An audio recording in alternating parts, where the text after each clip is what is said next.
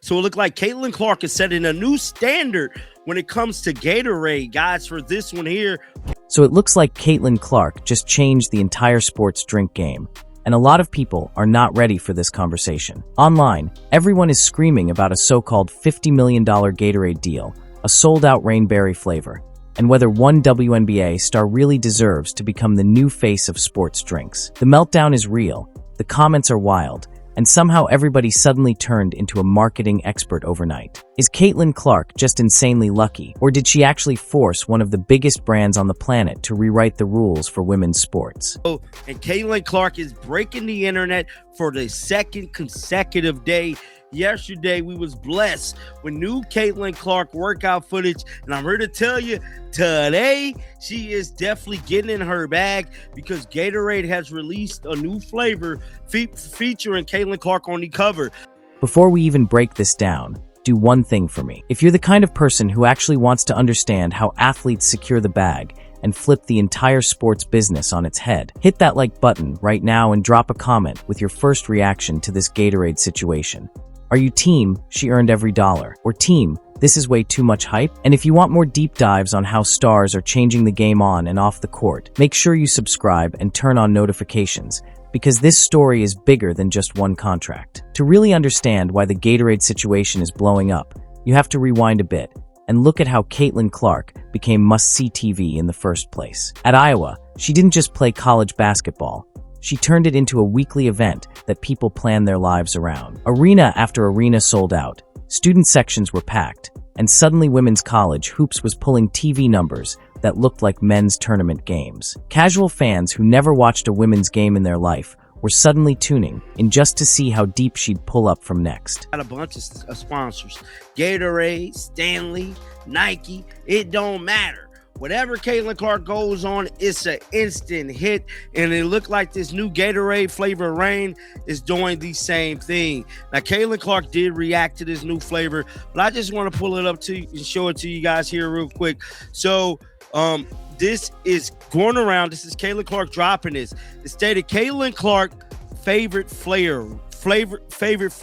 This wasn't some overnight TikTok trend either. For years, Caitlin was building this brand on the floor. Logo range threes, ridiculous vision as a passer, constant emotion, and the kind of confidence that made people either fall in love with her or desperately want to see her lose.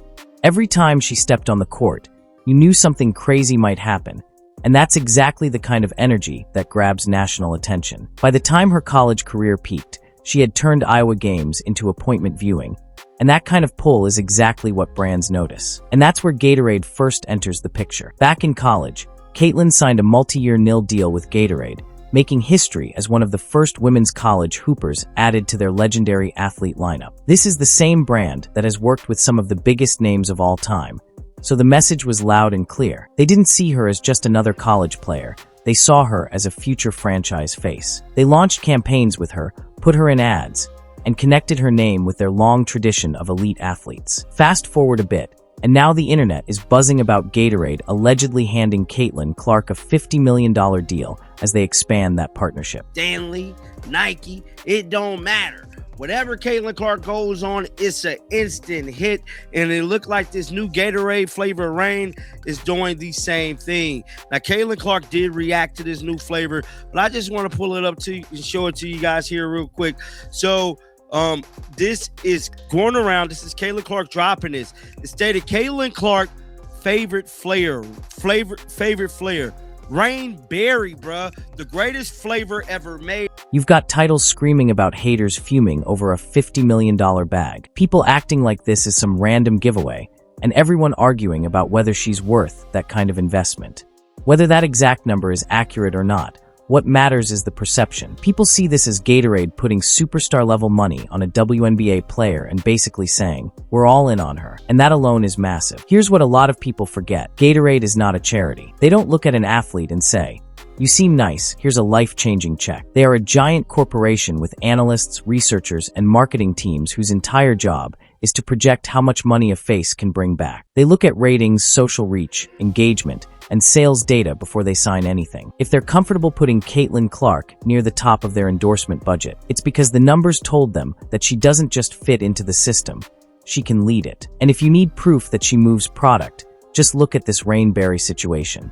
Long before this latest frenzy, Rainberry was one of those old Gatorade flavors that hardcore fans remembered but couldn't find anymore. It had been discontinued and basically lived on as a nostalgic favorite. Caitlyn happened to be one of the people who loved that flavor, and she talked about it publicly. That detail turns out to be way more powerful than anyone expected. Gatorade decided to bring Rainberry back as part of a new lower sugar line, and they tied it directly to her. They even had Indiana Pacers star Tyrese Halliburton surprise Caitlyn with the relaunch in a promo video, presenting it as her flavor coming back to life. She tries it, says it tastes even better than she remembers, and just like that, you've got a perfect storm: nostalgia, a fan-favorite athlete, and a clean new twist on an old flavor. Then they turned it into something even bigger: limited drops, branded with her signature, and language that fits her game, like raining threes, playing off the Rainberry name. Online drops of special Caitlyn-linked Rainberry bottles were extremely limited, with around a couple thousand bottles set aside, and they were snapped up almost instantly. People weren't just buying a sports drink, they were buying a piece of a moment. It's merch, it's memorabilia, and it's an energy drink all in one. That's the part a lot of haters pretend not to see. You can argue all day about whether she's overrated as a player, but you can't deny the business results. A company took a discontinued flavor, tied it to her story, and the thing sold out. That's not a PR line. That's a direct connection between her name and actual sales. For a brand like Gatorade, that's the dream scenario. Minimal risk, huge buzz, and a clear sign that putting her on the front of the bottle is worth every cent they're paying. And it's not just Gatorade writing checks. Caitlyn Clark's endorsement portfolio looks like something you'd expect from a long-established NBA star, not a young WNBA guard only a couple years into her pro career. She landed a giant endorsement contract with Nike that reportedly sits in the tens of millions and includes a signature shoe, making it one of the biggest deals ever for a women's basketball player. Signature shoe territory is reserved for legit cultural drivers, not just solid players, and Nike putting that kind of bet on her sends a clear message about where they see her going. On top of Nike and Gatorade, she's tied in with State Farm, popping up in commercials and campaigns as one of the faces of their basketball push. She also has a multi-year partnership with Wilson, the official ball of the WNBA, where she's getting her own signature basketball collection and giving input on product design. That's not surface-level sponsorship. That's brands letting her help shape the actual gear people use and buy. When you put all of this together, Caitlyn's endorsement money dwarfs her on-court salary. Her WNBA pay with the Indiana Fever is in the low six figures, standard for a rookie on a multi-year contract in the current CBA, but her sponsorship earnings are in the multi-millions annually. Estimates of her net worth now put her well into the mid-eight-figure range, with the majority of that coming from deals with Nike, Gatorade, State Farm, Wilson, and other partners. That's the definition of an athlete whose business impact is leading the way. And this is why you see the same cycle of reactions every time she levels up. The goalposts never stop moving.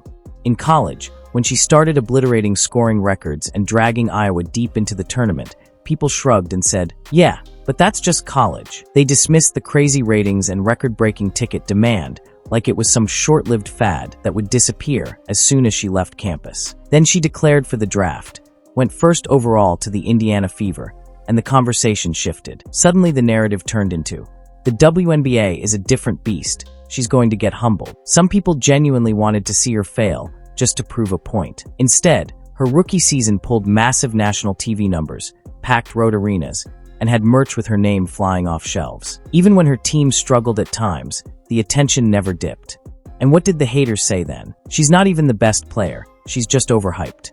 Now we're at the stage where endorsements and sponsorships are piling up, and the excuse is, well, she doesn't deserve that kind of money. Other players are better. That's how you know the conversation isn't really about basketball skill anymore. It's about people being uncomfortable watching a woman in sports command that kind of financial power. They say nobody watches women's basketball, yet somehow they're in every comment section, typing essays about every contract she signs. You can't have it both ways.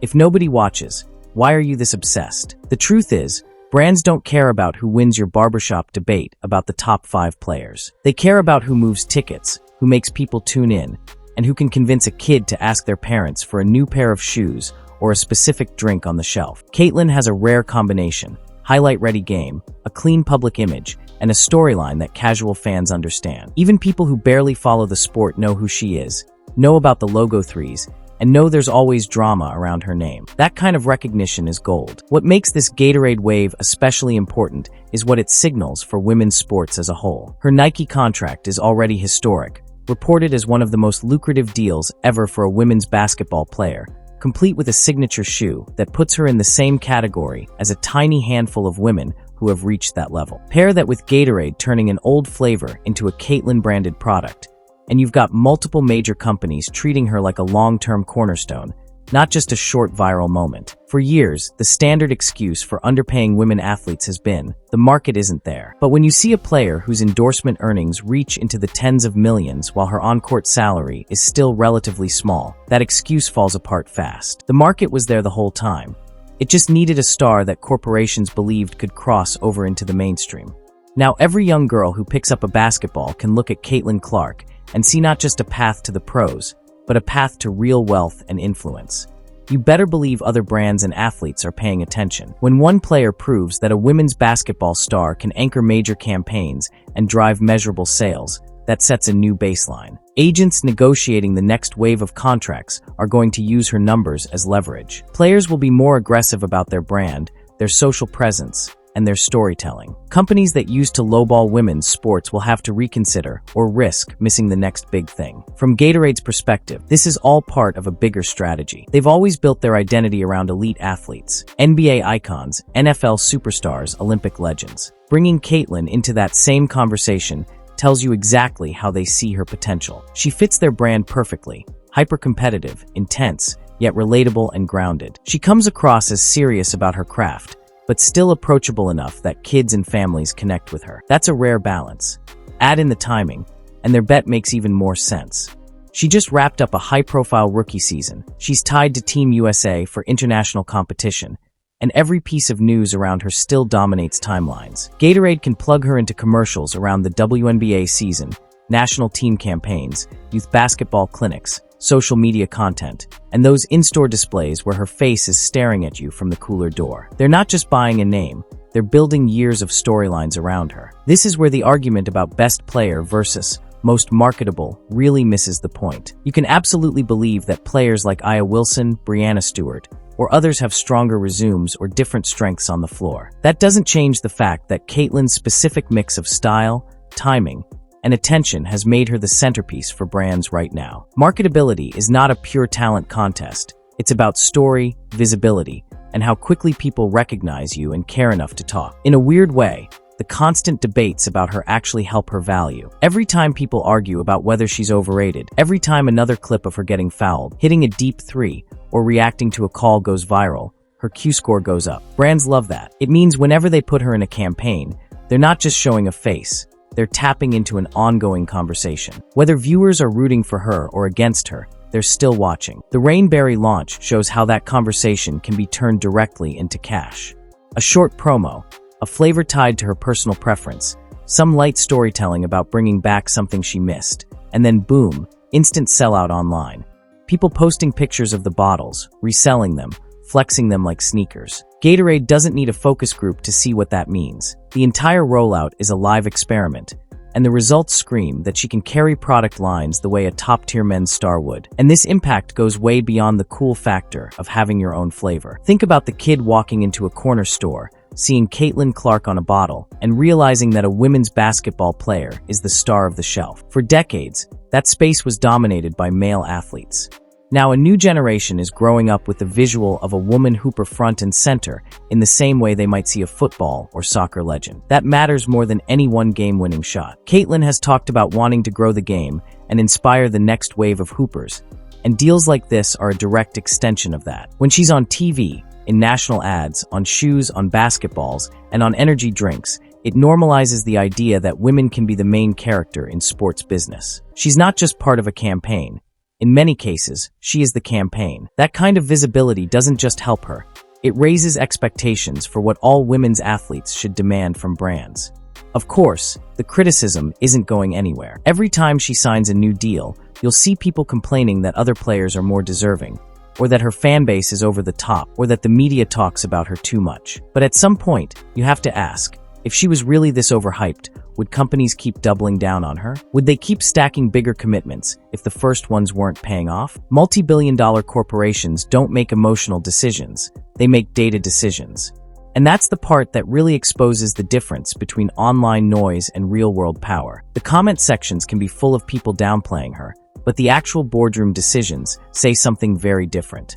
Gatorade is tying her to product. Nike gave her a signature shoe. Wilson is building basketballs around her brand. State Farm features her in nationwide campaigns. That isn't luck. That's leverage built from years of performance, ratings, and cultural relevance. So where does this all lead? Long-term, Caitlin Clark is lining herself up to be not just a great player, but a blueprint. She's showing future stars exactly how much value they can command, how to build a narrative that reaches beyond the die-hard fans, and how to turn that into deals that change their families' lives forever. She's proving that women's sports can deliver the kind of returns that force sponsors to rethink their old budgets. And the best part, if you're a fan of the game, is that this is just the beginning. The WNBA is still growing, TV ratings are trending up, attendance is climbing, and international interest is rising. Players coming into the league over the next 5 to 10 years are going to be walking into an ecosystem that Caitlin helped expand. They'll negotiate from a different starting point, and fans will expect their favorite players to have real backing behind them. Meanwhile, Gatorade and other brands will keep doing what they do best: follow attention. Right now, a big chunk of that spotlight is on Caitlin Clark. If she keeps performing on the court, showing up for Team USA, and staying active in the culture, there's no reason her endorsement empire has to slow down. If anything, we could see even more signature products, more global campaigns, and more crossover into spaces outside basketball entirely. So here's where I'm at. You can argue forever about whether she's the best player in the world, whether the media covers her too much, or whether another star should be the face of women's hoops. But from a business and branding standpoint, Gatorade's huge bet on Caitlin Clark makes perfect sense. She moves ratings, she moves merch, and now we've seen she moves bottles off shelves. That's what brands care about, and that's why the money looks the way it does.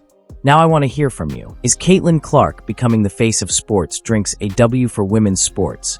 Or do you think the hype is out of control? Drop your hottest take in the comments, especially if you disagree, because this conversation is just getting started. And if you rocked with this breakdown and you want more deep dives into how athletes are reshaping the business side of sports, make sure you smash that like button, subscribe, and turn on all notifications so you never miss the next story. Caitlin Clark is winning on the court, and in the boardroom, Gatorade is counting their profits. And whether the haters like it or not, this is what changing the game really looks like.